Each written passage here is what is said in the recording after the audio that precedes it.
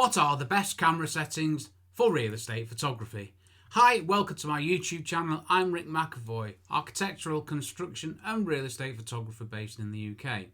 I'm a photographer, blogger and also the creator and all things at the splendid Photography Explained podcast.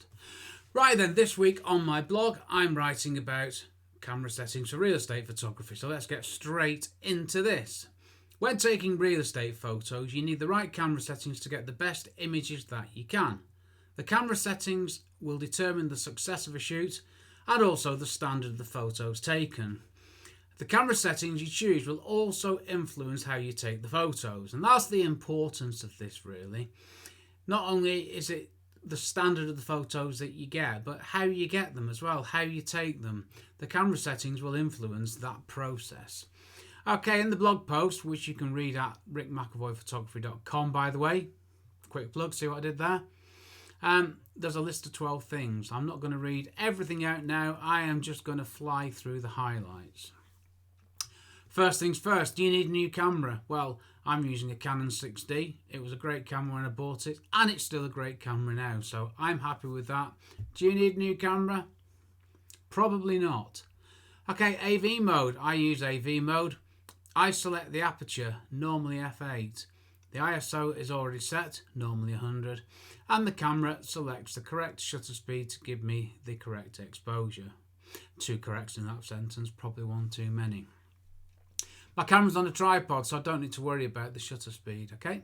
So aperture, I mentioned that, f8, general photography at 17mm focal length, or f16 if I've got something close to me and I need to get more depth of field. That's it. Right, ISO 100. Well, I use the lowest ISO that my Canon 6D has, which is 100. The lower the ISO, in general terms, the higher the quality. Or put it another way, the higher the ISO, the higher the ISO that you select, the greater the chance of noise and other digital bad stuff creeping in. So if you can use 100 or whatever your lowest ISO is, use it. But if you need to increase your ISO to get a sharp photo, do it. A sharp photo with some noise is better than a blurry photo with no noise. A blurry photo is no good, and that's the end of that. Okay? Shutter speed. Well, whatever the camera chooses. My camera's on a tripod or I'm on my Manfrotto Magic Arm clamp fixed to some scaffold or a steel column or something. Shutter speed's not an issue to me. Right. Quick word on the exposure triangle there. We don't need to go through that now. No, we don't. Self-timer. I use a self-timer to take every photo. I press the shutter release button gently. Wait 10 seconds. The camera has settled. It's dead still. There's no movement.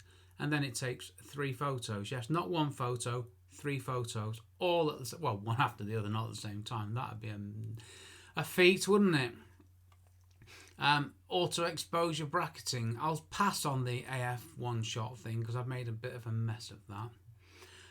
I use auto exposure bracketing. I take 3 photos. The first photo is the correct exposure. The second photo is 2 seconds. 2 seconds underexposed. I've just seen the error in my blog post there. It's 2 stops underexposed. I better correct that, hadn't I? And the third photo is 2 stops overexposed. These errors keep on creeping in. It's not good, is it? So why do I do this? Well, let me give you a practical example. You're in a room. I'm using this example because I'm assuming you have a room or you've been in a room at some point in your life. It's a bright sunny day. You're looking from the corner opposite the window and you look out the window, everything's nice and normal. You look inside the room, everything's nice and normal. Take a photo and the window will be blown out probably, and the shadows will be dark. So what I'm doing with my auto exposure bracketing is I'm very quickly taking one photo which is the correct exposure for most of the room. The overexposed photo is lighter and that's getting the detail in the shadows. And the underexposed photo is getting the details in the brighter bit, the window. Chuck it all together in Lightroom. I was in danger of tripping myself up there by getting those the wrong way round, but thankfully I got them right. Chuck it all together in Lightroom and you've got the room, you've got the light bits in the window, you've got the dark bits in the shadows, and they're all better than with the single image capture. They're not going to be perfect, but you don't want perfect. You don't want everything looking the same, because that's not how we see things. So you're just using some smart photographic techniques there to get the best image capture you can. And that's what we're all about, aren't we? Getting the best photos that we can. Image recording quality, I use RAW. I shoot in RAW. I process photos in RAW, and I issue them to clients in JPEG so they can open them. Why is that? Well, JPEGs are processed in camera, so when you take a photo, the camera saves it. It does some processing. I don't want to do that. I want to do my own processing. Thank you very much. RAW edits for me. Now, you look at a RAW photo when you import them into your computer or whatever you're doing the work on. They look rubbish. They're meant to. There's lots of stuff in there that you need to draw out using Lightroom, which is my photo editing software of choice, or whatever you want to use. So, shooting RAW, exporting JPEG to issue out to anybody who hasn't got specialist photography editing software. Auto white balance. Yeah, I'm lazy. I use auto white balance. I'm shooting in RAW. I can correct it later.